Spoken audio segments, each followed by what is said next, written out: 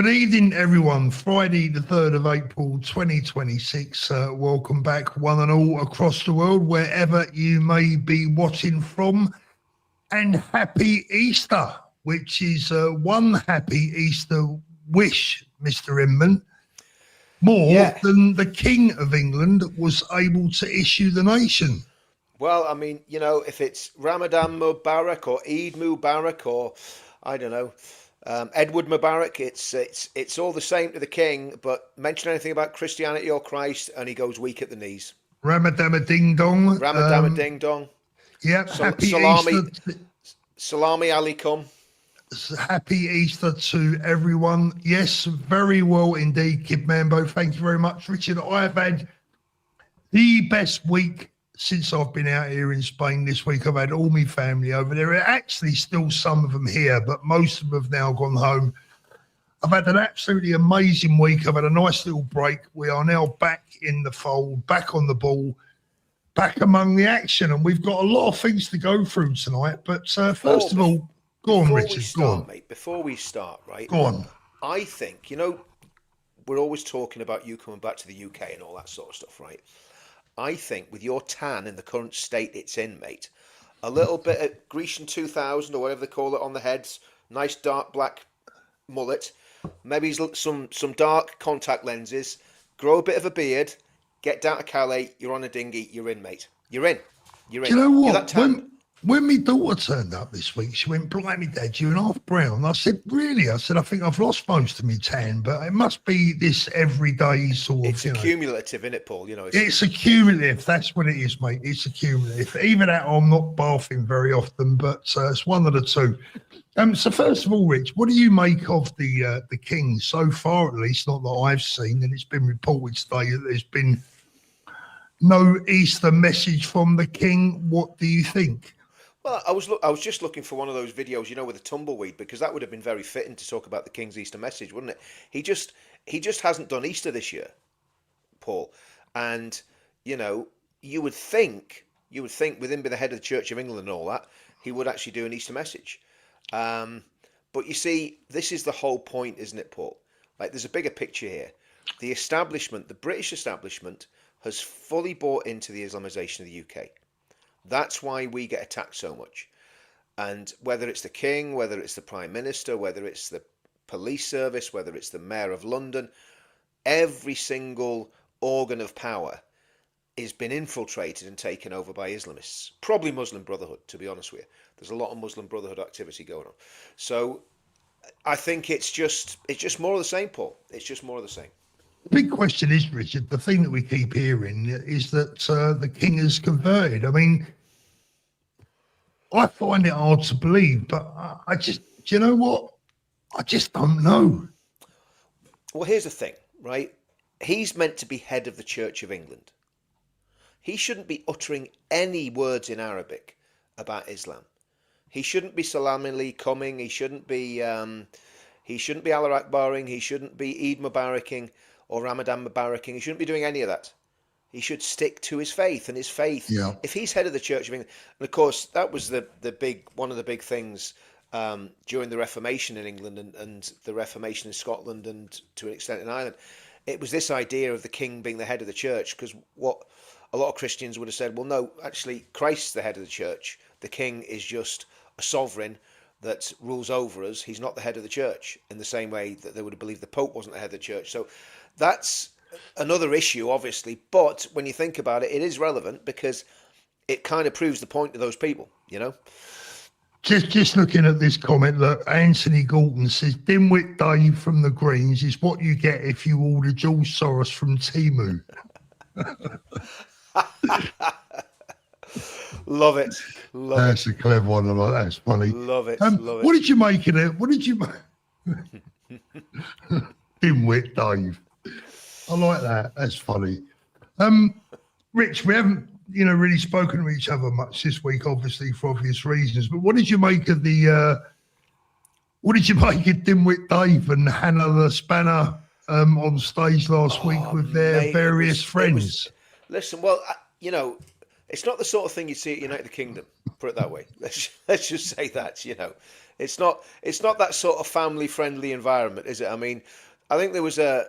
I've got to be careful what I say, haven't I? I don't want to get your channel banned, but I think there was people of various different sort of from the alphabet soup variety on stage with Dave, obviously including Dave himself. Very strange. The worrying thing is, Paul, how well they're polling.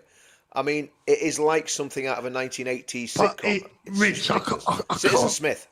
I He's like a can't gay, take, he's like a gay Citizen Smith, isn't he? I can't take them seriously, and I can't take the polls seriously because I refuse to believe. My mind just won't accept there are that many mentally unwell people in our once United Kingdom. But maybe there is. I don't know. I just can't. Personally, I can't get my head around it. Cast your head back to the Brexit vote. Okay, what was the score? 48-52. So at least 48% of the population are pretty dim, mate. Let's just get it right. Oh well. Yeah, but Richard, I suppose you could say that a lot of those people that voted for Remain may have had a reason. It might have been business. It might have been because they, for many reasons, they could have had a genuine reason. But the Greens, I mean, really, come on, what do they offer apart from just absolute insanity? It's not just the Greens, Paul. This is a very serious point. And I was watching a podcast. I forget who it was that was making the point. But the point is this. I think it was Jeff Taylor, actually. And it's a very good point that at the next election, okay, let's say Reform are sitting at what, 26% or something like that now? They've dropped a good bit on the 26%. Let's say Restore on 10% and Advance are on 2 or 3%, whatever. I'm just picking figures out the air, right? So that's getting us up to about what, 36, about 38%. Now, if you add up the Labour vote, the Green vote, the SNP vote, Plaid Cymru vote, the Islamist vote, and all those birds of a feather that are going to flock together, if they get their act together and join together as one block and vote tactically, we have a massive, massive problem.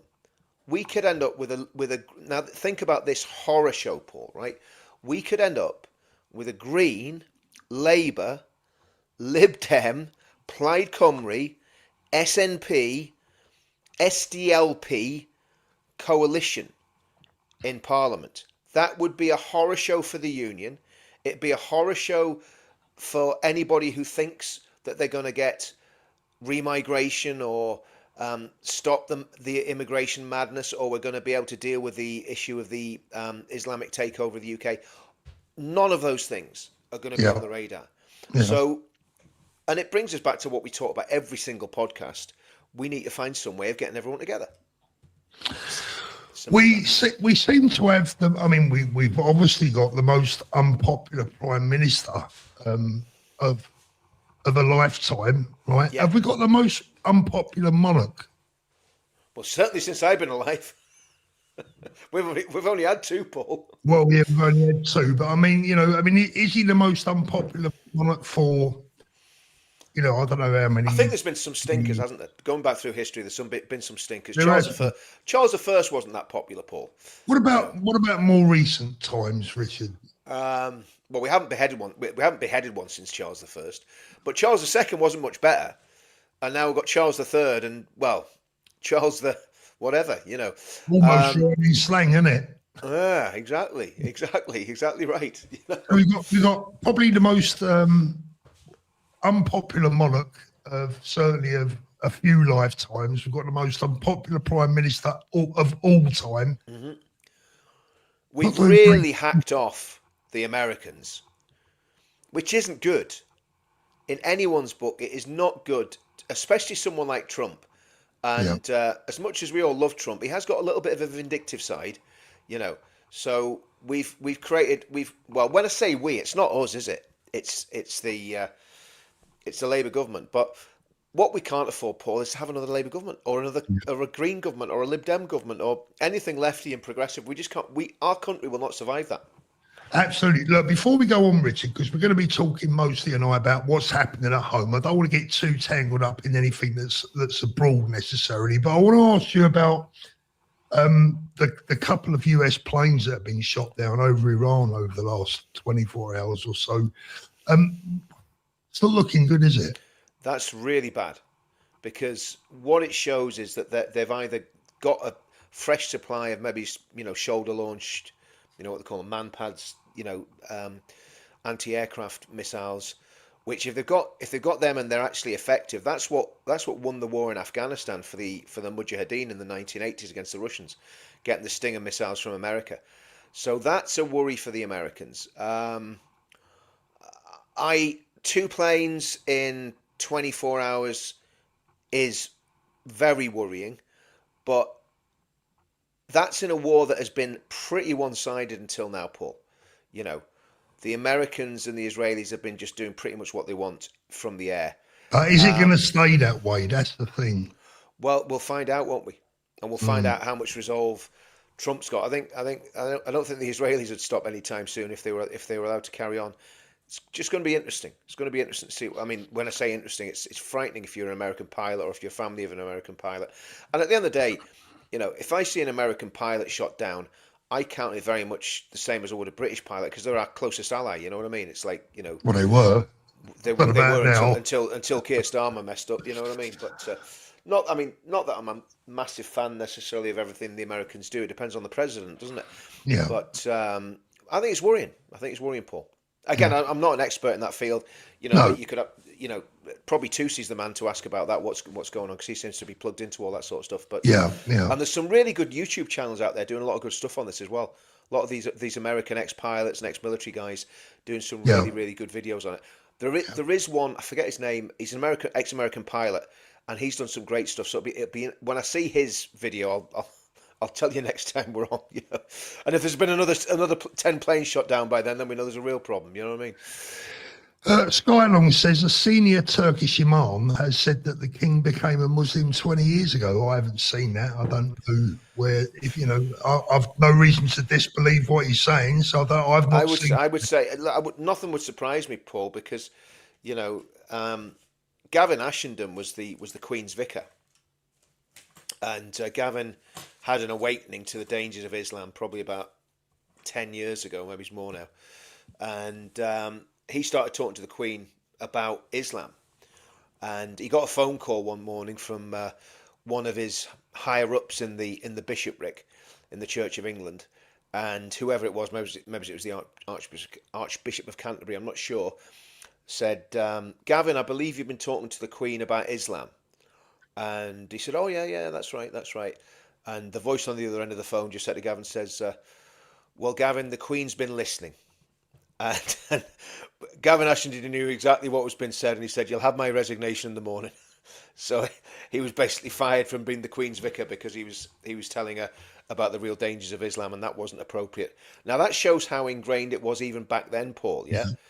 So we're in very, very dark and dangerous times. If the king has converted, I just wish he would have the strength of his conviction and admit it and abdicate, because he would have to abdicate. And that's the thing, I, for the life of me, cannot understand how anyone would convert to Islam. I just can't understand it. When I see an English convert to Islam, I think two things. I think stupid and traitor. That's the two things I think, Look, Richard, later on in the show, I want to get into something that's really very important, potentially. Look, for nearly a year, I think for more than a year, you and I deliberately avoided the term civil war. Yeah. And we shied away from talking about it because we certainly didn't want to play any role in hyping that thought, which I think is a responsible thing to do. Being more realistic now, when we look around at some of the big names that are talking about civil war, the potential and the possibilities of it, I just want to put it in your mind that later on in the show, I think it would be a good idea if we spoke about preparation is the wrong word, but preparation of how to make sure you don't come to any harm if sporadic violence was to break out. Now, I've got my own thoughts on that. But as a former serviceman, someone that's seen this sort of thing in the past, you've been out on the streets and experienced it. Just bear that in mind, because later on in the show, I want to potentially talk about that, see what the viewers think. Because it is important. If something was to happen in your street, what should you do to protect yourself and your family? Or what can you do to protect the lives, the safety of your family in that immediate danger? You know, long term is something completely different. But if it's a sporadic outburst, a sudden outburst, what can people do to make sure or to try and ensure their family and their own safety? So we'll try and cover that maybe a little bit later on. Tina says, Richard, have you heard from Lubna? She was very distressed in her last video and she has deleted them all. I spoke to Lubna a couple of days back, sent her a message to see if she's okay. Quite honestly, she isn't okay, but she's alive. She's alive, she's well, but she's scared, she's under threat, she's in danger. And I'm afraid it is what it is. You know, it's just an awful, awful situation. And I think what tips the balance for Lubna, and I'm going to say it as it is, Richard, I think what tipped the balance for Lubna was seeing so many people who she thought was there to help her suddenly turn against her. And I think that broke her heart. It was appalling. I think that was the straw that broke Lubna's back, you know. And it's a shame. It's a real shame, because she was doing good work. Yeah. And I think, Paul, you know, no matter what people think of us, you know, we have stood strong on that, Paul. That's our principle, that we're not interested in, you know, skin color. You know, we're not playing that game. We're not going to talk about it. We're not going to play it. And you know, I've had Lubna on my channel. I've been on Lubna's channel. She's been on your channel. I've had Shohab. You know, Ben. You know, we're not playing that game where we're bothered about what people, you know, what their appearance is. It's what they believe that I care about. And I think that's the most important thing. I don't know if you saw the three pastors on Dan Wotton tonight.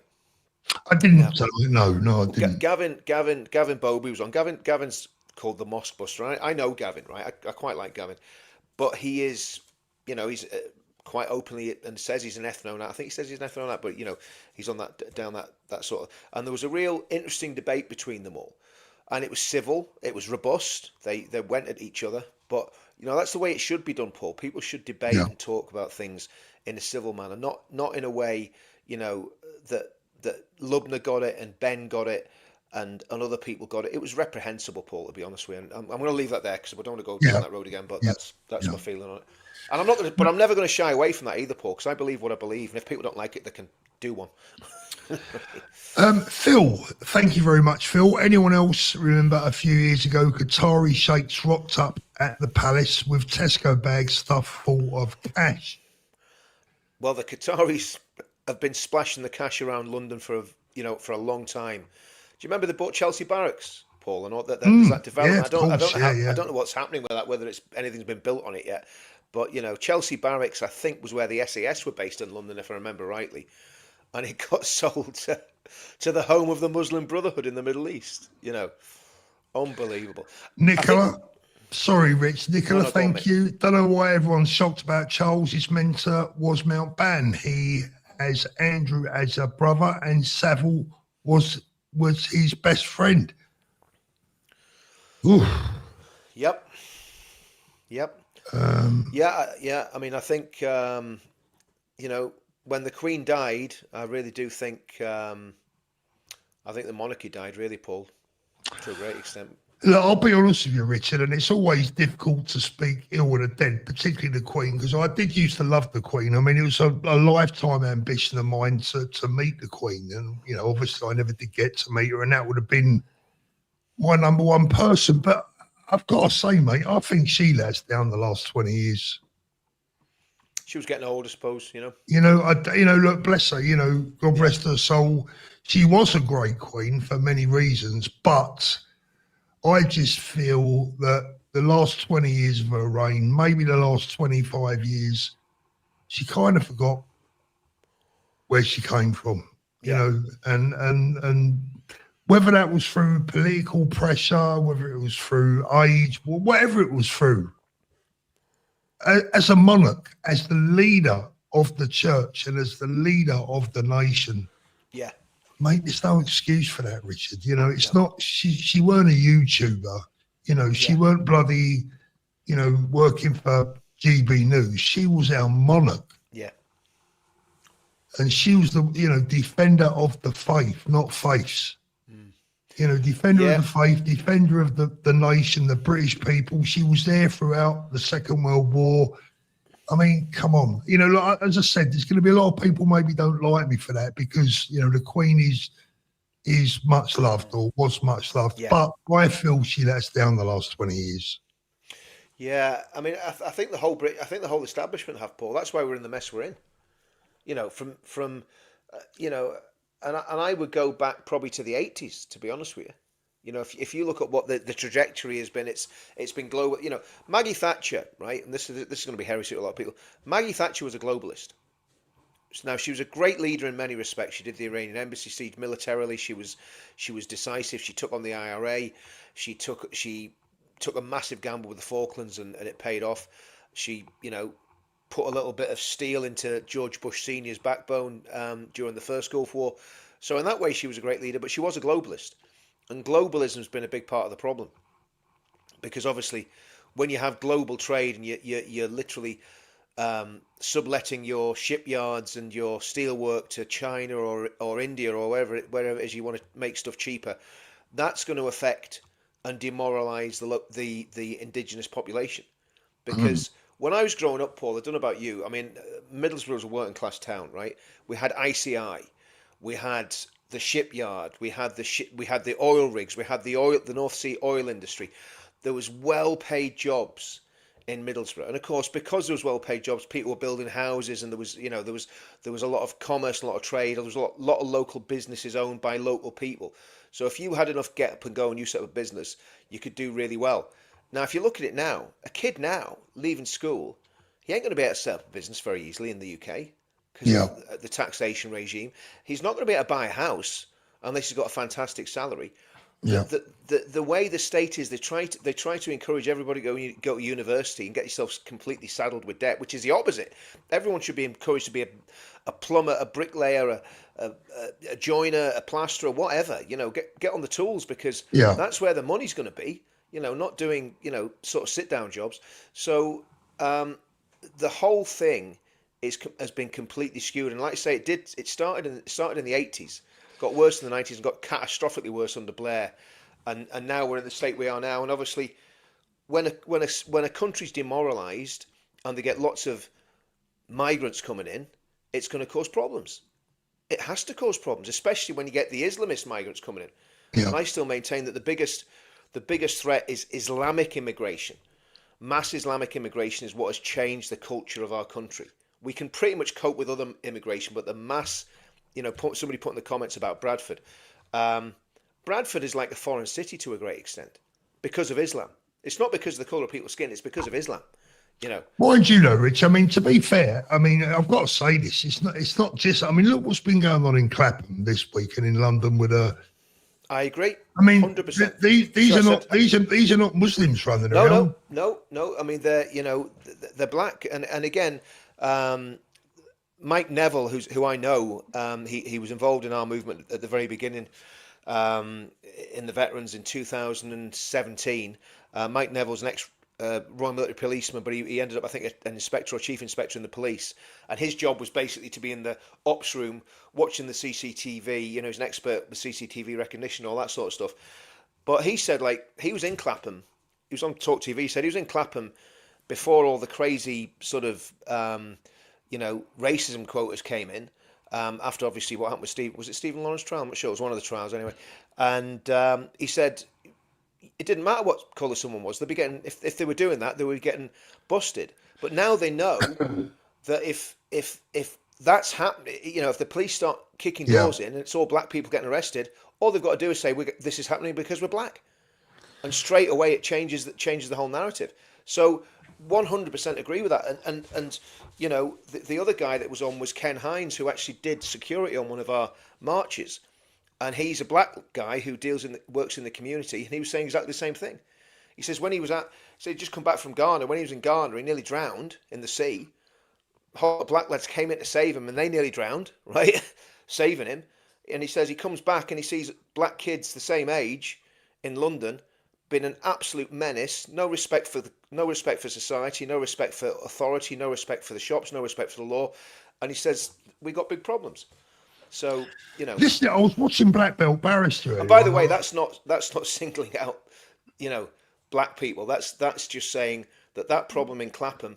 Well, when you watched Richard, everyone there was I black. was going to say you don't really have to say that. You've only got to watch the video. Yeah. But here's the thing, right? Was watching Black Belt Barrister earlier on, always a good watch, always good value. And he had an interesting take on it. The aftermath of these events, the difference between the response from the government, Starmer in particular, as to after the Southport riots, if that's what you want to call them, where he came straight on TV, said that people were going to be arrested, they were guilty before they even went to court, that the courts would be sitting 24 hours, putting those people, remanding them on custody. What if we had in London? 6 arrests, all young girls, almost certainly going to get NFA'd. Absolutely. And I think that's the thing. The exact same thing happened in Ballymena, Paul. The riots in Ballymena, there was people getting 4 years in prison for throwing plastic bottles at the police. Now think about that. 4 years in prison for throwing plastic bottles at the police. Absolutely incredible. And again, it was the same thing. There was no saying, well, why did they actually riot and burn everything in that area of Ballymena? Well, I can tell you why, because it was infested with an organised criminal gang that was made up of Roma gypsies. That's why they went in and burnt everything. And the people of the areas, they put up with it for nearly 10 years, and then they just snapped, and that's the problem, Paul. If it's, I mean, how much of that do we put down to youthful exuberance? Because let's be honest, as teenagers, we all did silly things. What, we're talking about Clapham or? Yeah, I'm talking about Clapham, what's been going on. I mean, can we put any of it down to youthful exuberance? I mean, bearing in mind that when we were young, Rich, there were no mobile phones. There was no easy way to organise a mass meet-up like that. I think when I was a kid in Middlesbrough, there was a lot of fighting between different housing estates. There was a bit of stuff going on with Pakistani Muslims even back then. So there was quite a lot of ag on the street. But it wouldn't have been at that. It wouldn't have been at that scale. You wouldn't have had hundreds of people mobbing a shop in Middlesbrough, stealing everything. I mean, that looked like a riot, except they weren't breaking windows. You know what I mean? They just went in and lifted everything, didn't they? In that Marks and Spencers. Yeah. So, I mean, there's something wrong. Do you know? It's funny. Someone put about the Clash, London Calling. I was thinking about a Clash song, but it was another Clash song I was thinking about. I'm not going to say what it was because people would just lose the plot. But yeah. This is interesting, Rich. This is interesting. Look, Robert Seagal says, I was with one of the most respected property auctioneers this week in his 60 years. Never seen residential price collapse due to the state of the country and can't see any improvement. Well, yeah. And do you know what, Paul? The house prices in Northern Ireland are still going through the roof. Really? Guess why? Well, go on, you tell me. Different demographics. Well, yeah, but it's of course, yeah. I was thinking of Ireland in general, but yeah, Northern Ireland. I mean, the South's in big trouble. You see, the South's in big trouble because they've allowed, hundreds of thousands of non-nationals to come in and settle and change the demographics. Same as what's now we've got them. In fact, I'm going to a demonstration tomorrow.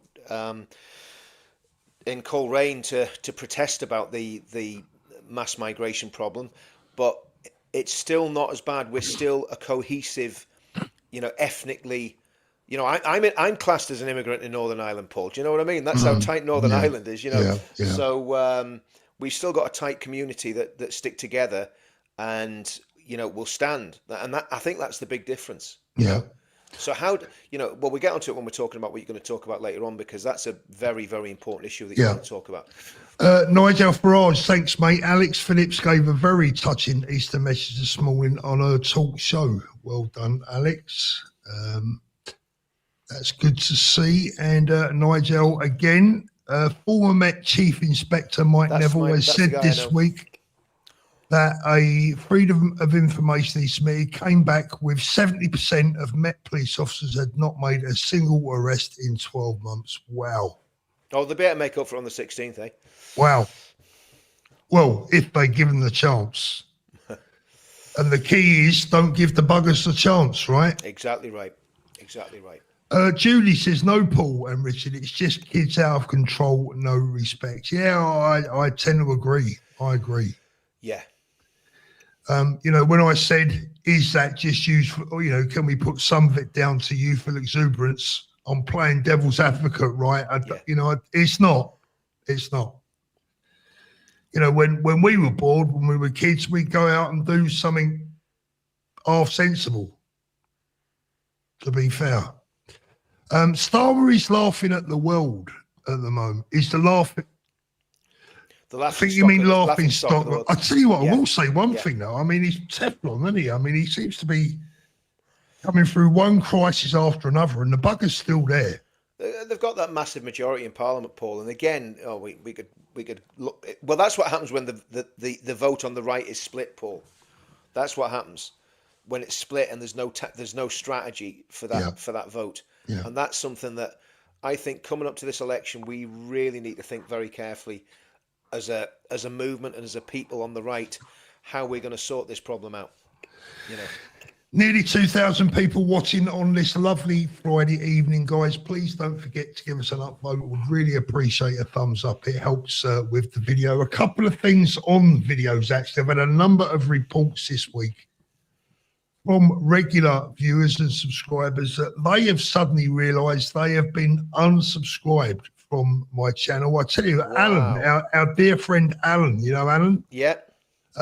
Alan left me a message earlier on in the week, said, Paul, I can't believe it. I've just realised that I've been unsubbed from your channel. So please make sure that you are still subbed. That looks like it's been happening. It is what it is. I'm not saying that YouTube are targeting me. I'm not saying that at all, because it happens. Every now and again, the algorithm works in your favour.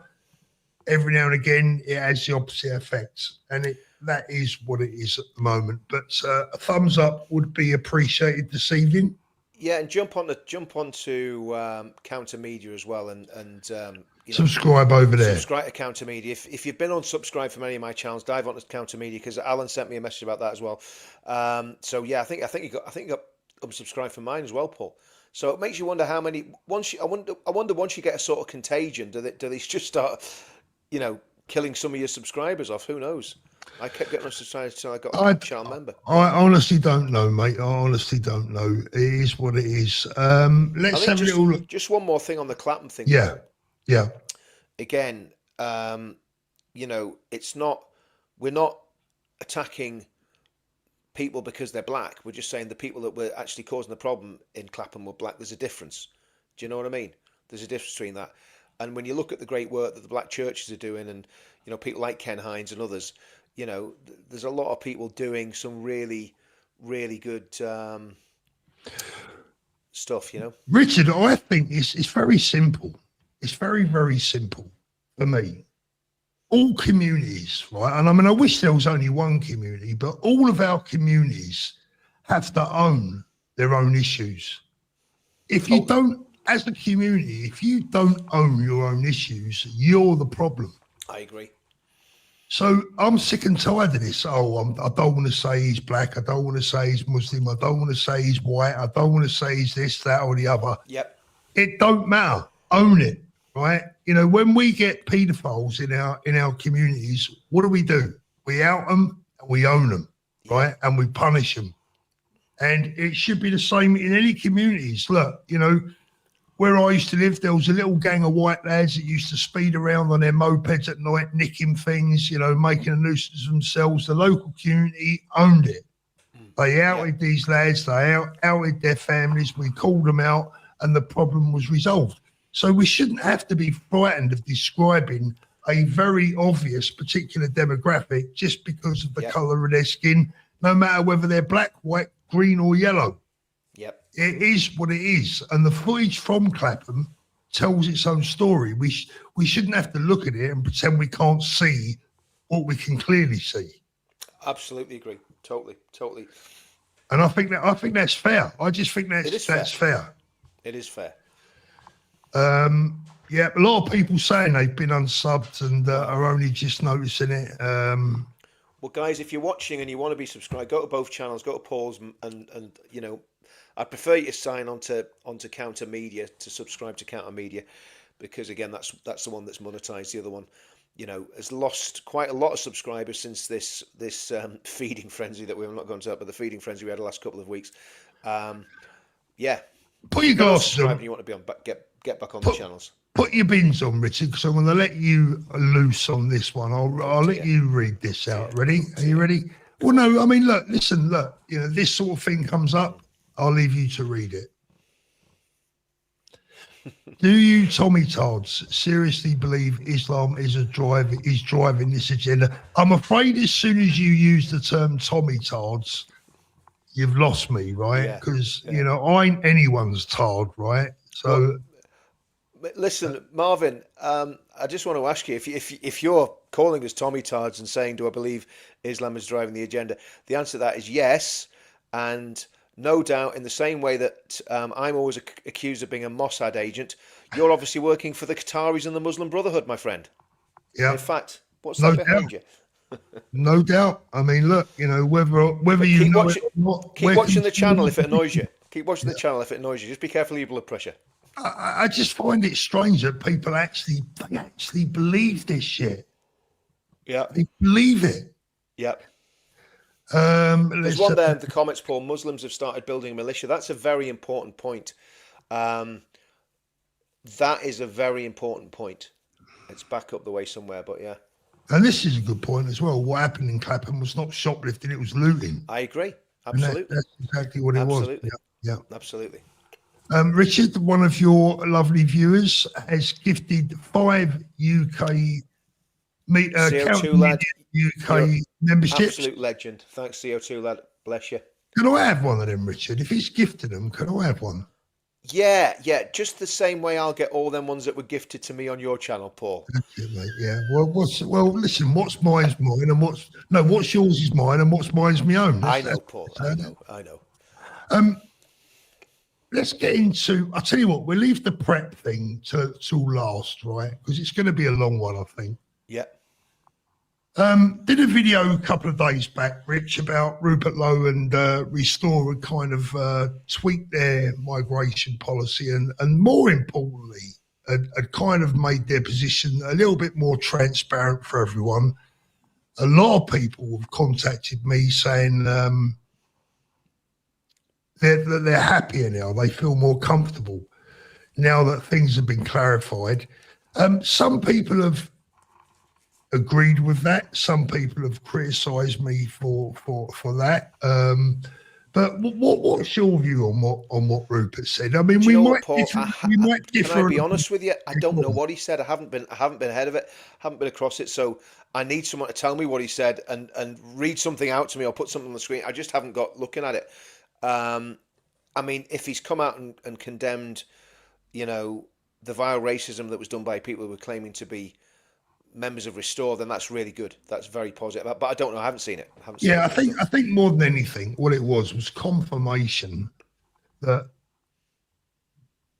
how can I put it in simple layman's terms? I can take fairly complex dialogue. Yeah. No, I'm just trying to work this right, not to give people more bloody ammunition. You know what I mean?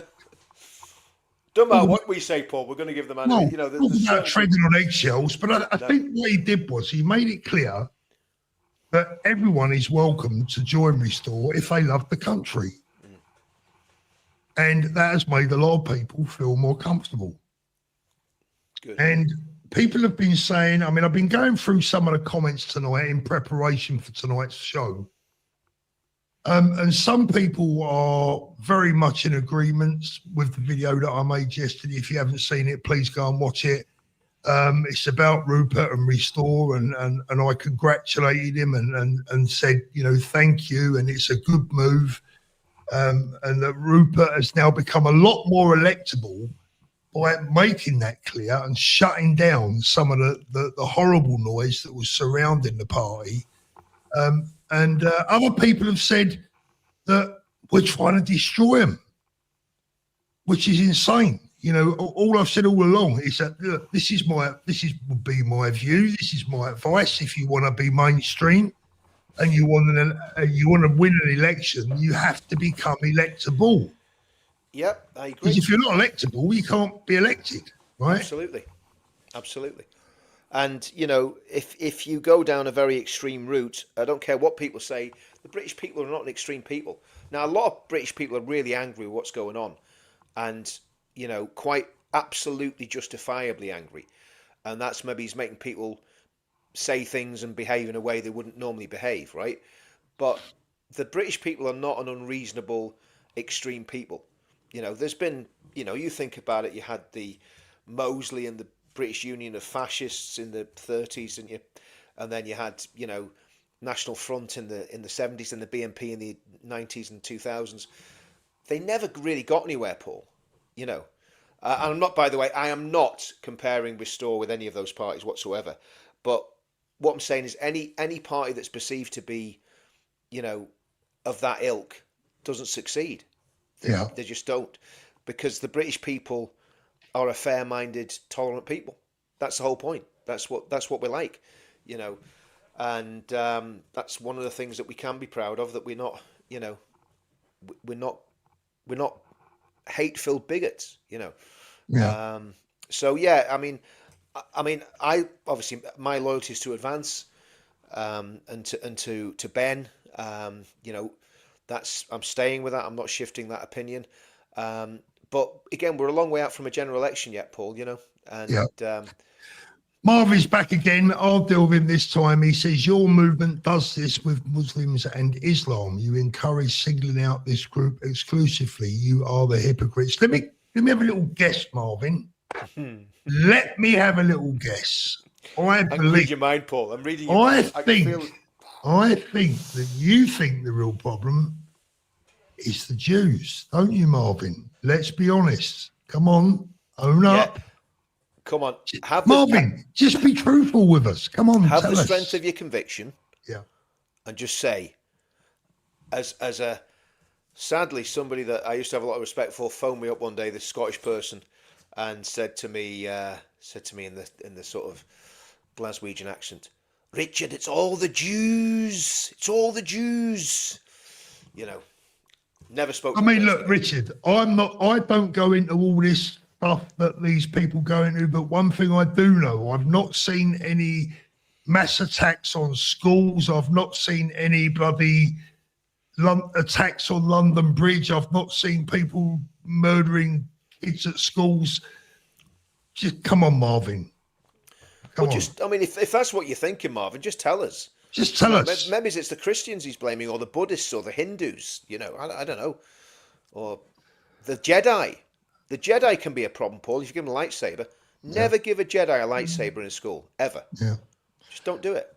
Come, Marvin. I'm waiting for you, Marvin. I'm going to go straight to your chat if I can. So hopefully, I'll get to see it. But come on, Marvin, pop it in. Let's have a little look. I think he's balled it, mate. I think he'll come back.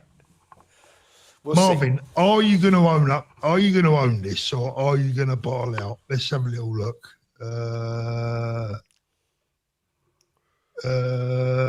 Marvin, where are you? Come on, let's have you. Look, Marvin, how can you say you've been timed out when you're typing? You haven't been timed out, Marvin. You've just written in the chat. Come on, Marv, let's have you. Marvin, you might but even you got to be smiling. Come on, you got to be smiling. This is like being at a comedy show in the audience, and you've just heckled the comedian, and he's calling you out. Marvelous, Marvin. Anyway, we love you, Marvin, Marvin. have We a love lovely you. weekend, Marvin. Have a nice Easter. Happy Easter. And here we go. My comments. My comments. Oh right, okay. Let's go back to him. He's up there somewhere, Paul. I can't find him now. Where's he gone? Hold on. I've got an even better one. I've got Rich. Right, I've got okay, right. I can, if you go to, I have to put my glasses on to find out where he is. Sorry about this, guys, but this is what you do when. Okay, 9:45 p.m. Bloody hell, I'm at 9:40. Marvin the Melt. Marvin Armstrong 3372. My comment when I mentioned Jay shadow ban. Okay. No, they're not, Marvin. Don't tell Porkies. Well, I think he's just answered our question there, hasn't he? Yeah, exactly, Marvin. You've answered the question. Exactly, so it is obviously, you have a problem with Jewish people, Marvin. Just own it.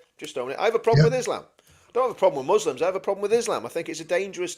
Marvin, I'm not going to ban you. Marvin, I'm not going to ban you. Or if you don't like Jewish people, I'm not going to ban you. But just be honest with us, right? It's not an issue, is it? Just tell us the truth. I would love to know. Why he doesn't like them. Pia Ocean, Hope.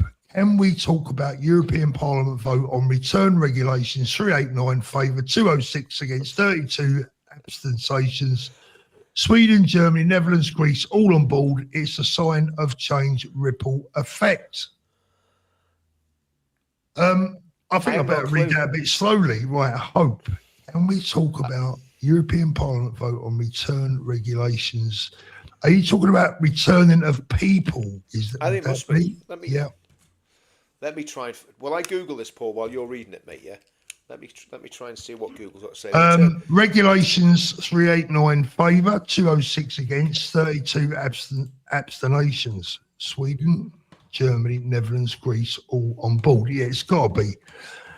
She's got to be talking about returning of migrants, I would imagine. It's a sign of change, ripple effect. Well, one would hope so. Okay, what have we got here? And Clad has now gifted 5 memberships to my viewers as well. Thank you so much. You see, that's because you didn't want to leave me out. That's because you're an old beg there, Paul. You're an old beg. Yeah. You went for the sympathy vote there. Get it right. Thank you, Alan. Appreciate that, mate. Thank you. And this one's for you. Hi, Claire from Counter Media. Okay, 389 votes in favour, 206 against, 32 abstentions. Return regulations, MEP start negotiations.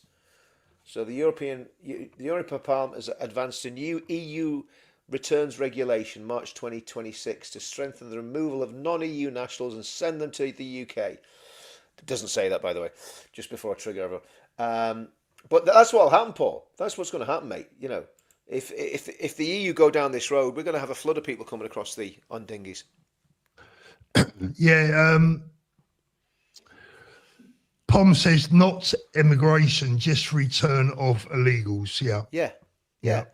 I mean, that's. I think that's. Let's get right, Paul. That's Restore's policy, right? That's Advance's policy, and that is, as far as I know, it's Reform's policy now. I think as well, isn't it? That all the illegals get grabbed, deported, sent wherever we can send them. You know, and I think it's pretty much the same with.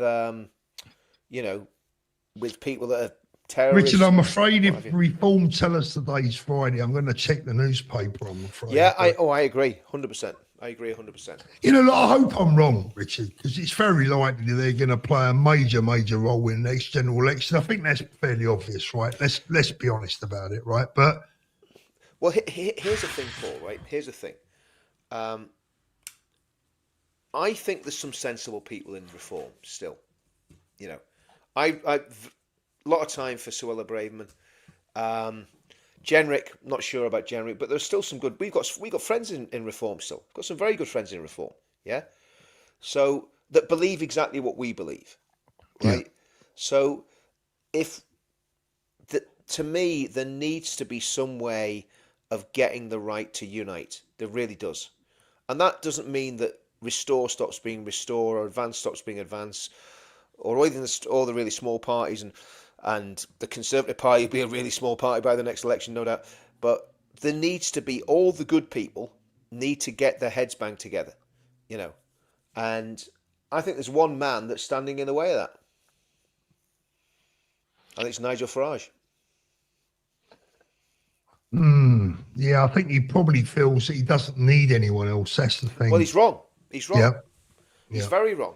Because to get the sort of majority that we need, what he's doing, he's more leaning into the Lib Dem side of things than he is leaning into the Advance, Restore, Unite the Kingdom pledge side of things. Yeah. So it's Yeah, I think the thing is, Karen, when you say it was always Reform's policy, yeah, they have tweaked. I've had battles this week with people online that are telling me that Restore's immigration policy has not changed. It has. They've been tweaking it virtually live online. So for anyone to say that they this is about reform. You said reform. You said sorry, restore. You mean Restore. reform. No, I mean Restore now. Yeah. Okay. Yeah, she's talking about reform. Oh God. Yeah. Right. Well, yeah, these bloody are like Reform, Restore. I know. Hell. I know. Well, reform. Sorry, no. Karen. Can I just come in on that? Right. Reform. Okay. Reform's policy was what they called net zero migration, which was absolutely not what Advance and Restore are proposing. Advance and Restore are proposing remigration of illegals, stopping immigration, getting control of the demographics, and certainly doing something about extremist Islam. Now, Reform are not on that page yet. I think they're coming closer. In fact, you know what, Paul? I say the Tory party are actually getting... The Tory, Kemi Badenoch talked about banning the burqa last week. Yeah, but again, how much you trust her?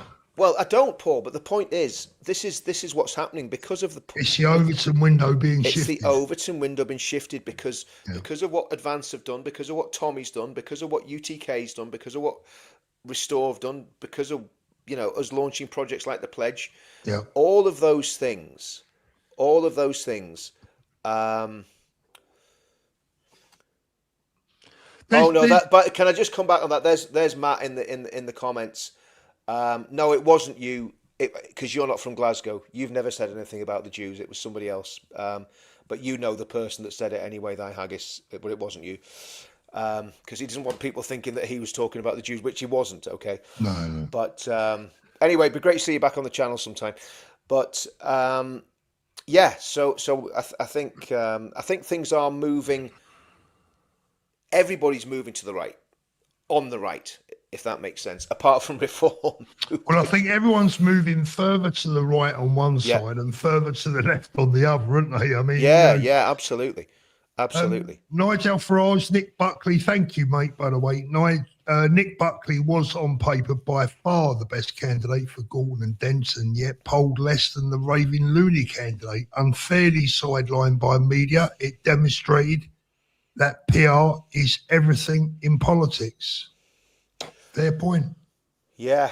I mean, the interesting thing is that Matt Goodwin, who is controversial, obviously, he shouldn't really be controversial. I quite like Matt Goodwin. I think he's quite good. But Matt Goodwin should have done better in that election. And it wasn't because Advance stood, because obviously Nick polled very poorly in the election. And again, I don't know why that was, but it's just a fact. But probably because they didn't really, it was such a late last minute thing, wasn't it, getting him in there? But I think it was a mistake, to be honest, Rich. Yeah, it was, definitely. No doubt about it. It was definitely a mistake. But I can see the logic in it. The logic in putting him in was saying, well, we're a political party, we should stand. And it's the first by-election that they stood in, so that they've popped the cherry. I mean, not very successfully, but they did. And I see the logic, but I think it was a mistake in hindsight. But it's not. It's like everything. Yeah. If you don't, doing nothing's a mistake as well, Paul. Inaction's a mistake. So you can act. I'd rather act and get something wrong than not act and just sit on the sidelines all the time. Yeah, no, look, absolutely. I get that. I just think maybe it was a tad too early. I think it was just rushed, Paul. I think it was just rushed, Yeah. So, but I mean, putting all that to one side, Matt Goodwin should have done a lot better. And this is where if the right was united, right, Matt would have done better if every single right-wing party had said, "Do you know Of what? course, yeah, of course. Reform are okay." So if obviously Restore hadn't even launched, I don't think at that stage, but if everybody on the right said, "Everyone get behind Matt Goodwin. He's a good guy. Vote for him," and Look, that could Rich, have made a difference. this is going to be, and this is my whole goddamn point, and I know it's yours as well. And where people, either we don't articulate ourselves well enough, or people just ain't getting it right, is that, look, mate, I will vote for Reform. I'll vote for Advance. I'll vote for Restore. God damn it, I'll even hold my nose and vote Tory if it keeps the Greens out, right? If it was if Nick Timothy was my MP, I'd be voting for Nick Timothy. But here's the deal, right? Do those leaders of all these parties, does the right in general have the what's the word? The intelligence? I don't know. Yeah, let's use the word intelligence. Do they have the intelligence, and do they love the country enough as they say they do, to actually be able to swallow their pride, hold their nose, and vote for the right party at the right moment in time? And that could be for any one of those four parties. I agree, 100%. I agree. 100%. You know, I mean, it's no good getting to the general election, right? And the Conservatives are, let's say the Tories are polling at, I don't know, 30%, and the Labour Party are polling at 30%. It's neck and neck. And you stubborn ass go out there and vote for Advance or Restore, right? When you know goddamn well they're not going to win that seat, you've got to vote for the Tories, whether you like it or not. You have to be big enough to say, right, let's keep these buggers out, because that is precisely what the other side will do. I promise you. You better believe it. Yeah, you better believe it. And it's the same in Northern Ireland. Northern Ireland does exactly the same. When the votes split, the candidates that aren't for the union get in, right? The nationalist candidates get in. When the votes come together, when it's a unity candidate, like what happened in my constituency in North Down, the unity candidate won.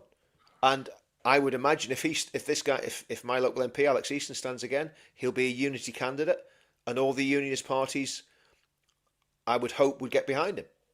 Including Advance. That's my hope, because he's the guy with the most chance of winning the election. Yeah. And that's what, if you've got something, Jane Harper was saying Nick Timothy's her MP. Nick Timothy is an absolutely incredibly brave MP. And he's had like a Damascus conversion. He was very much, well, he was Theresa May's advisor. So, I mean, he must have been a bit liberal. You know what I mean? So, again, and we got Robert Jenrick in Reform now, who seems to be saying the right things. You've got Suella. There's a lot of positive things. There's a lot of positives. So much positive things. And I think we've got to ask questions about the people who have been consistently attacking us for having our political views, right? Not because we're wrong uns or because we're doing anything dodgy, but they attacked us purely because we didn't support Restore, Paul. Yeah, or I didn't. Not you. I didn't support Restore, and I'm still sticking with Advance, right? But we got attacked for that. That was it. And in politics, if there's a competing party and you don't think they're doing the right thing, you've got a right to call that party out. Rich, you know what? I'm actually convinced it's a whole lot deeper than that now. Oh, Paul, it is. It's a whole lot deeper than that. But anyone watching this now, let me tell you something. There is things going on in the background, right, that are concerted efforts to destroy everything that has any remote possibility of winning our country back, right? Absolutely. Of getting the right people in power. There is a concerted effort to destruct and destroy. And it may not all be obvious to everyone yet, but trust me when I tell you that one day, in the not too distant future, all this is going to come out to play. And a lot of people out there pretending to be your friends right now, shame on them, right? And a lot of people are going to go, wow, I never saw that coming in a few months' time. Trust me. The hidden things of darkness will come to light. That's what's going to happen. There's a hidden hand behind this, right? And I think, I'm gathering evidence There are other people are gathering evidence, but we know there's a hidden hand. And this little bit will be clipped by the people that are working for the hidden hand, no doubt, because we know who you are. We know what you're doing. We're not going to name you. We're not going to go And down we that know road. the ultimate goal as well. We know what the ultimate Absolutely. goal is. It is Absolutely. to destroy. It is destroy. And I say this with fire in my heart and in my belly. Their aim is to destroy the saviour or the possibility of us saving the United Kingdom. And when I say us, I don't mean me and you, Richard. I mean all of us together. Us. Absolutely. The British people. And it love our country. It is anti-Christian. It is immoral. And a lot of it has been financed and funded from extremist countries, and that's all I'm going to say. And we know that. This is coordinated. This is organised, coordinated. It has sucked some naive people in. Yeah. Right. And it has. Well, I think we'll leave it at that, Richard. Yeah, we'll leave it at that. But I tell you now, right? Coming down the line is Redemption Day. Right? Absolutely. And I mean, look, the thing is, Paul, it's a compliment that this is happening. Yeah, absolutely. That means we're over the target. So, Jennifer, it is demonic. You're absolutely right. It is demonic. And, I think what happens is as well, you know what, it gives you more grit, and you realise if they're going after us with that amount of venom, then there's something. And it's not just Richard. It's not just me and you. We must make that clear. We're not crying victim from Paul and Richard. There's a lot of other people involved here as well. There's a lot of other people getting hit. A lot of other people getting hit. Yeah. And but we're still here, Paul.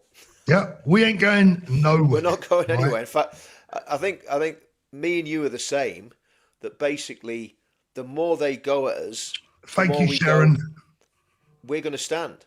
Yeah, exactly. It's fight. But 100%. Anyway, not physically, just in case anybody takes that as a threat. We're not going to fight physically, but we're going to stand our ground on our political principles, and we're not going to compromise what we believe.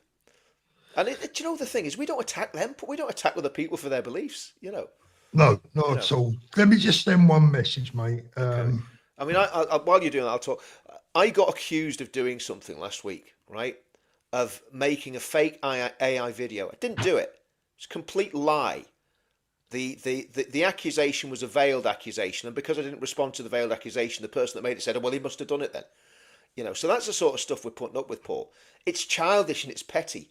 Have you seen the cartoons they're making, mate? There's some great cartoons. Richard, mate, let me just tell you something, right? And I'm smiling while I say it, right? I counted over 40 videos last week that were made about me, right? Awesome, mate. Brilliant. Absolutely awesome. That's what you call free PR. You know what I mean? Well, look, Rich, the way I look at it like this. At least this. people know who you are, you know what I mean? When people are making 40 videos about you across the YouTube platform, right? You're doing something right. It's when they're not making videos about you that you got to start worrying. Mate, listen, me and you have our own comic strips now, mate. We are the. Listen. If you're in a comic strip, who do you want to be? Do you want to be the sugary little victim or the supervillain? We're the supervillains in our own comic strips, mate. It's amazing. I think it's fantastic. I've got a great story actually. Let me just read this out. Pierre Ocean, thank you so much. Sending them to detention centres in Albania and Africa. Thank you for clarifying that. I get that, but I think that's a bit extreme for our critics on the internet, sending them to detention centres. I don't know, mate. I'm not actually, maybe send them to Africa. They might enjoy it out there. Party Pants, thank you very much, Julie. God bless you, Julie. Happy Easter, all. God bless. Stronger together, absolutely. Phil, what you lads think about Tommy Fury versus Eddie Hall in June? Oh, this one I'm looking forward to. Well, can Eddie take a good dig? I think he can. Mate, I don't know. I mean, I've got to tell you, right, all this celeb boxing, it's a bit of fun. It's a bit of fun, but it's like Big Daddy and Giant Haystacks were in the 70s. I'm a bit of a purist, mate. Listen, I'm an 80s man when the boxing's concerned. Hagler Hearns, I know. I watched that the other week, Hagler and Hearns. Absolutely incredible. Got a great little story. So I took the kids out last night, my two daughters, my wife, my son-in-law, three of the grandchildren. We went to a place in Benidorm that specialises in kids' entertainment, right? And what it is, it's a pub, right? And they have a fake Eminem, a fake Justin Bieber, right? Yeah. And it's brilliant. They get all the kids involved and blah, blah, blah. It's an amazing night out, and it was really, really lovely, right? All of a sudden, halfway through the night, a young girl comes over to me about, I don't know, 10, 12. She said, "You're Paul, weren't you?" I said, "Yeah." She said, "My mum said it's never Paul," right? So she went back and her mum came over. She said it was me daughter that spotted you, not me. Bless her little heart. That was lovely. That was really nice. But what a cracking night! The bar's called Vincent's, by the way. It's a big chain. But if you're out here in Benidorm and you've got kids with you, get yourselves along to Vincent's because they do a great night for the kids. And it was just amazing. And Justin Bieber, by the way, or Justin Feeble, whatever they called him, was bloody brilliant. I've got to tell you. Better than the original. Now, Well, Paul, you know what's going to happen? You know what's going to happen? The next comic strip about you is going to be about Vincent's and you in Vincent's, and basically, Justin Bieber. Yeah. That's what it's going to be, mate. This is the next comic strip. So we're giving them some material.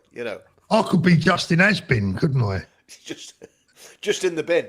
Just in the bin, yeah. Jackie, so Paul Richard, general election tomorrow. Where do you both stand, restore or advance? Jackie, I'm going to be truthful with you. General election tomorrow, reform. You said tomorrow. Yeah, Alex Easton, my local MP. Unity candidate. That's where I stand on that. Jackie, if you ask me the same question in a year's time, it could well be restore. It could even be advance. Who knows, right? But tomorrow. And I'm taking that to, it's you're precisely the word. Yeah. If it was tomorrow in my constituency, it would have to be restore. It could be the Tories if you was in some seat where it's regularly a safe Tory seat, so that's the thing. That's where we are, Jackie. I think, aren't we? Give boy, T-shirt for Richard. You know, and you know. Right, Paul. Can you get this one from Trevor Bailey? 10:08. 10:08. Trevor, blimey, I've got to go back a bit. Well, do you want me to just read it? Read it out. My father left Jamaica and joined the RAF during World War II. If he could see what the UK has become, he would be in tears. He loved England and the late Queen. Made us watch the Queen's speech at Christmas, and that is. Yeah, that is the sort of message that warms my heart. Yeah. Is Danny in the chat there tonight? I've seen a couple of me people Danny mentioning Danny in there. He should be on the screen. He should be on the screen. Let's get him on. Can you ping him a link, Paul? See if he come on. I can't actually without.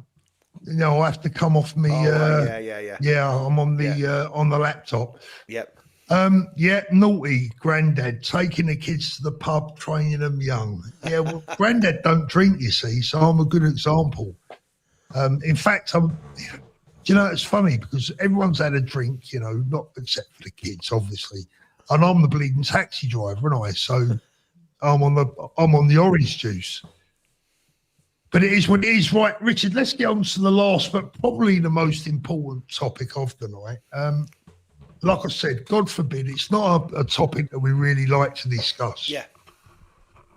And we'll avoid the term civil war. Let's not go that far, right? But let's just say there was some serious mass disturbance in your street. I've got my own ideas, and I've already been through in the past how I used to secure my property. I mean, as a former serviceman that spent years on the streets in Northern Ireland, do you have any advice for people that might be concerned about what they do in a sudden emergency? Remember, this is not planned. This suddenly it happens, and it's happening at the end of your street. It depends on what it is, Paul. It really does depend on what it is. If it's marauding shooters with AK-47s and you've got a kitchen knife, well, you're going to hunker down. You're going to lock everything up. You're going to get somewhere that is pretty much is going to be behind a solid brick wall that no bullets are going to get through. I mean, if you talk about something like what happened on October the 7th in Israel, then unless you've got a firearm and you're proficient in it, you've got to really, if it's a mass attack like that, you've got to try and hide. I think And I we hate need to be saying that. realistic. No, I think we need to be realistic, Yeah. Richard. In this country or in the UK, thank God, because of the lack of firearms freely available, I think an October the 7th style attack is unlikely. Well, what would be more likely? Yeah, sorry, I'll just finish this and then come back. Yeah, sorry, mate. Sorry. That's all right. What would be more likely is a marauding gang wielding, weapons that you hold in your hand. It could be knives, it could be clubs or whatever. Maybe a firearm involved, who knows? But it's not going to be a Hamas style attack with 500 men, 1,000 men, all armed to the teeth of AK-47s, is it? Well, possibly not. It depends, Paul. We don't know. That's the problem. We don't know whether the people have smuggled firearms in the country. We know that the only people that have weapons in the country now are the military, the police. Obviously, there are. I think you said 500,000. Is it 500,000 firearms certificates? That's dwindling though, because the police are they're making it harder and harder. taking them away by the hour. The gun license has literally just gone up because I was going to get myself. I was going to apply for one. The gun license just gone up, I think, to £289 in Northern Ireland. It was something like £99, so it's gone up. 300% or something.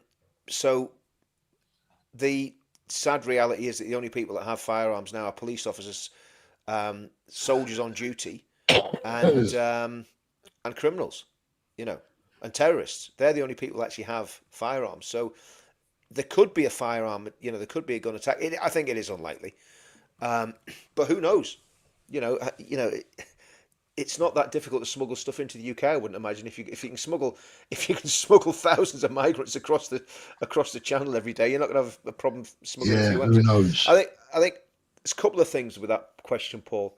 One of the things that I was always very aware of when the troubles were going, even after I left the military, I was a target until, well, in some ways I'm probably still a target now for certain really crazy headbangers, on the Republican side, but not so much as it was 10 years ago, and certainly not so much as it was 20 years ago. But 20 years ago, and this is the thing, right? There was areas I just would not drive into. Yeah. I would not drive into them because if my car got stopped, short hair, English accent, they're only going to think one thing. And of course, they would have been right. I'm an ex-soldier. I mean, but and obviously they were. Yeah, the Union Jack in the back of the car probably didn't help. Yeah, but that's the thing, Paul. I never had a Union Jack. A lot of times, if it was coming up to Remembrance Day, I wear a poppy badge all the time now. Didn't wear a poppy badge if I was going into a Republican area. I was very, very aware of my personal security. If I was coming up to traffic lights, I would stay slightly back. If I could, stay slightly back from the traffic lights, foot on the clutch, in gear, just ready to go. Yeah. And when you live in that environment, you have what you call situational awareness. You're constantly aware of what's happening around you, and you're constantly taking in what's happening around you. So I think that's the first thing. You've got to have situational awareness. You've got to understand what's happening on the street and what you're going to do about it. And it's a very difficult thing because if there's a violent attack on someone, especially if it's a woman or a child, you would like to think you'd do something about it, right? But if there's a mob of 10 people with, baseball bats and knives, none of us are getting any younger, Paul. Yeah. That's a real challenge for me because my heart says if a vulnerable person is getting attacked by a mob, you try and help them. Yeah. But if you go and help them, then become a casualty yourself. Mm-hmm. So these are very deep questions, and you can only really decide on the action you're going to take in each individual circumstance. I'm basically talking about women, the elderly, people alone, people that are, not able to pick something up and defend themselves. Yeah, what do they do? Is that we say? What do they do? Yeah, what do they do? What do they do? Okay, I think the most if you're out on the street and you're an elderly person and you see some sort of an attack going on, as hard as it will be, especially if you're a veteran, is, I mean, I think I'm still young enough to be able to possibly maybe do something, I don't know, but you're not going to go looking for it. If you see something happening and you're not quite sure what's going on, I think the best thing to do is stay away from what's happening, walk positively and briskly away from it, and as soon as you get out of view of the people who are carrying out the attack, get on the phone to the police straight away. That's if I was an infirm elderly person or a woman, that's what I'd do. If I thought I could physically do something about it, or I could at least put them off, or I was armed in some way myself that I thought I could defend myself, I'd like to think I would try and help the person that was being attacked in some way. But again, you've got to weigh those things up. But I think for an elderly person, an infirm person or a woman, and that's not to denigrate any women, because a lot of women can fight like banshees. But I think if we're talking about sort of fairly vulnerable people and you're on the street and that happens, walk positively away from don't run, walk positively away from what's happening. Get somewhere that's out of line of sight. If you've got a mobile phone, get on the phone to the police. Or if you haven't got a mobile phone, knock a door if it's a friendly area and get someone to phone the police. If the police is still operating, it depends on the scenario you're talking about, Paul, But it's a horrible thing to think like that. It is. Yeah, I mean, what I would say. I'll give you an example, actually, Paul. This actually happened to me. I was in London ages ago, and I just nipped into a supermarket to get a bottle of water. It was late at night. Nipped into the supermarket, get a bottle of water. I was on my own, and these lads came steaming into, and they were in their late teens, early 20s. They looked like, I'm going to say it, they looked like immigrants, and they ran at the shop, grabbed a crate of beer, and ran out of the shop. And there was a security guard standing next to me, and there was another security guard over there, and I was looking at the security guard saying, do you want to sort of, and he just shook his head like that, just shook his head. And they legged out the shop, and I felt absolutely disgusted with myself for not doing something or saying something. But what could you do when there's and there was, I don't know how many there was it 8 or 10 lads or something? What are you actually going to do realistically against a crowd like that that's stealing a crate of beer? Is it worth giving your life for a crate of beer? No. And I think, but you still feel bad when you don't do anything. You do. I mean, for me, I'm thinking more of the elderly, the vulnerable, maybe mums with kids or whatever. And we don't even have to necessarily talk about, civil unrest. I mean, my thoughts and views on this and my advice could go in everyday regular life, because you never know, when you might be a target for, a burglar. And I don't want to frighten people or just going through a scenario, right? But I mean, for me, it was the same as when I was a luxury watch dealer and I had to secure my home.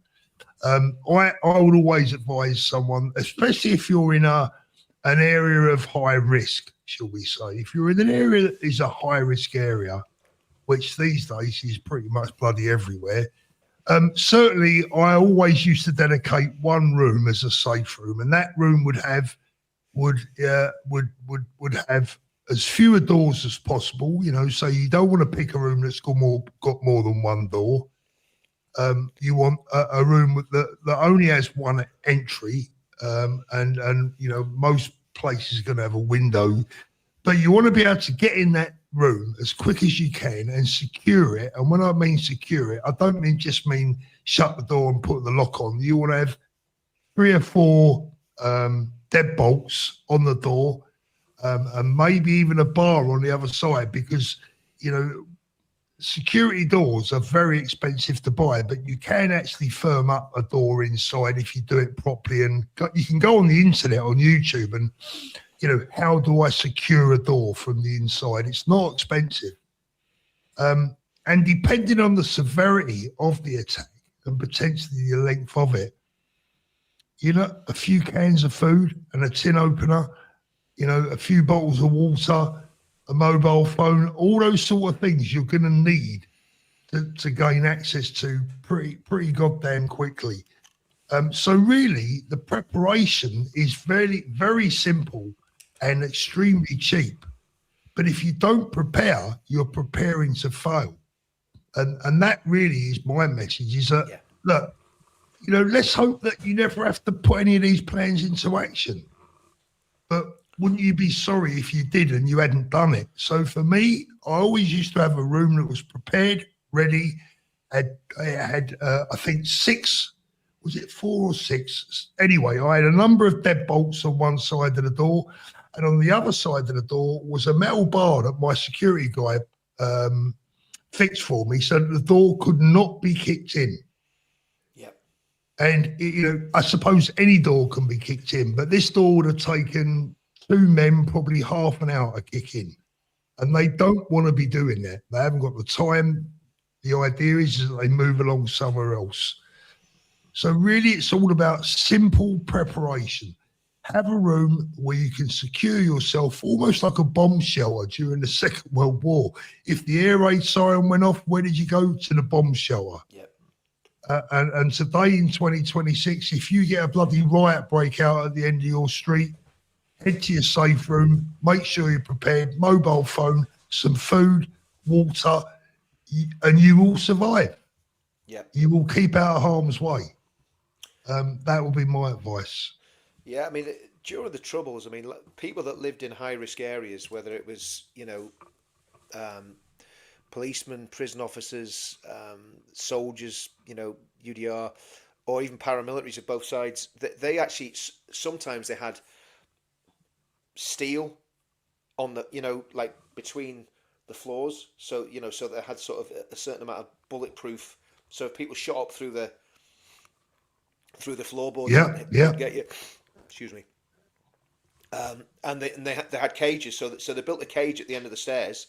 And when they went to bed at night, they basically barred the cage, right? So that now that was not every. I mean, a lot of people didn't do that at all. They didn't do anything, and they would have big, like you're saying, big bars on the front doors. This was before you had like the triple lock, double glazing doors. But they'd had a big bar across, across a doorway. In the interface areas, they had mesh on the windows, so they had like, wire mesh over the windows to stop bricks and bottles coming over the peace lines and stuff. So, this is the thing. If it goes the way that a lot of people are saying, and we're not going to mention it because obviously we don't want to get the channel dinged, but if it's going the way that people are saying, then you will have interface areas in England, and people will be picked out because of the way they look. That's going to happen, unfortunately. Look, Richard, we have to be realistic and say that, with the amount of people, eminent people now saying that civil war in the UK is a genuine possibility, I think it's a fair and rightful discussion to offer people a little bit of advice as to if there was a mass disturbance down their street or in their vicinity, what can you prepare for to keep yourself and your kids safe? Exactly. And minimal effort can make a hell of a lot of difference, because remember, these people, they move along quickly. They attack, they go. They attack, they go. They move on. You might only have to put some of these people off for 30 seconds for them to decide, I'll move on. Yeah, and obviously the other problem is as well is letterboxes.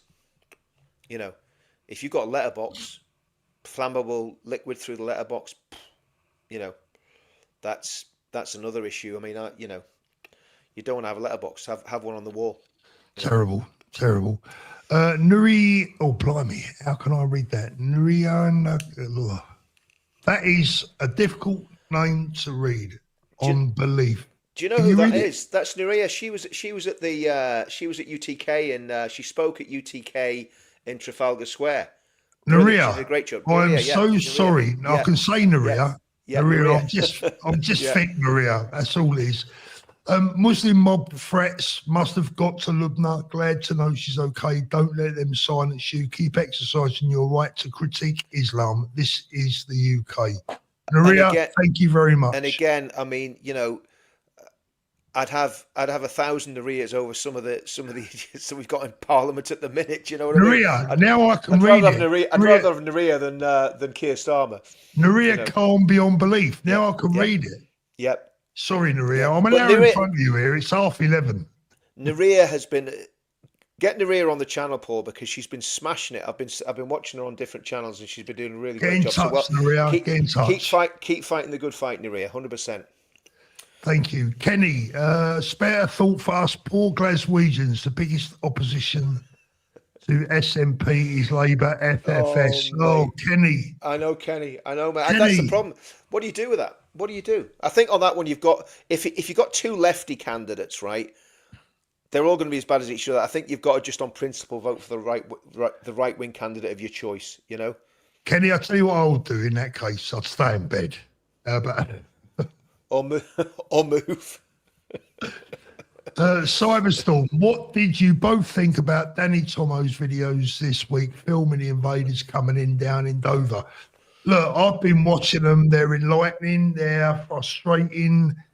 I saw Danny talking about potentially buying a boat. I left a comment on one of his videos. I thought the boat that he looked at was probably an ideal type of vessel, having had a few boats myself.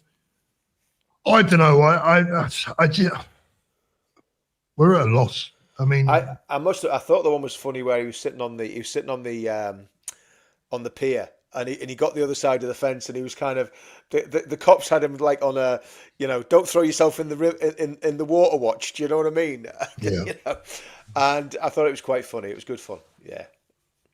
I mean, Danny's another one that's taken a load of grief recently. But I mean, look, the man's trying. You can't do any more. What more can you do? What more can you do? We need a plan. Julie, great you guys are talking about this. Prepare. Exactly, Julie. Yeah. Thank you. Like Absolutely, I said, Julie, failing to prepare is preparing to fail. That is, unfortunately, the cold, hard truth of the matter. And the worst thing is sardines have gone up in price, but there's even a shortage of sardines now. So you can't Don't mention sardines to Tommy, will you? Don't suggest that Tommy puts sardines to one side, because I don't think he'll do that. Is he still on the sardines, is he? Well, he's sick of them, I would imagine, wouldn't you? Do you know what?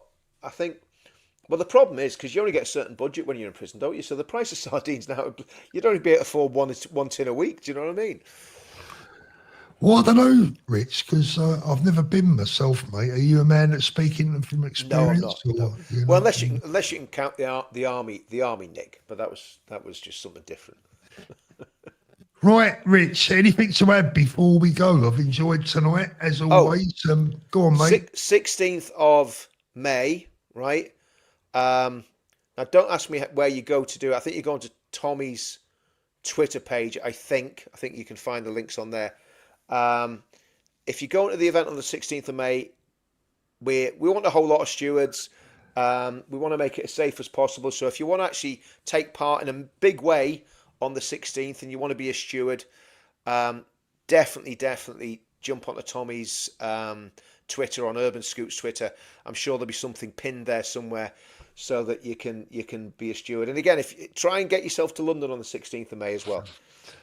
Good point here by Rodney. The migrants are not being smuggled into the country. They are being delivered by the English and French governments. 100%, Rodney, you are correct. With that comment, we will say thank you so much for everyone joining us tonight. Happy Easter. If King Charles won't wish you a happy Easter, we have King Dick here to do this. Well, yeah, King Richard. Well, I mean, from a Christian point of view, Easter is the big festival. It's the absolute cornerstone of Christianity. It's celebrating, and this. I mean, how weird does this sound? Celebrating the death of Christ, but that's what it is. It's because talking about that. One last thing I saw in the Daily Mail today. Believe it or not, for my sins, right? Yeah. The Turin Shroud. New evidence today on the Turin Shroud. Have you read it at all? Have you seen it? No, I haven't. I mean, the Turin Shroud has been, wow, it's been floating about for years, and there's a lot of very serious people believe it is the real thing. Well, today, serious people. The Turin Shroud's biggest critic, over going back for many years, has stated that after the latest research on it, he believes it is genuine. Yep. And if you don't know about the Turin Shroud, or if you haven't followed it, a little bit of bedtime viewing for you tonight. Go onto YouTube, type in the story of the Turin Shroud, watch how they did the negative reverse photographs on it, etc. Look at all the evidence, look at the debunking evidence, and then look at the post debunking evidence, and leading right up to today's article in the Daily Mail. Absolutely fascinating, particularly obviously at Easter. Well worth a watch.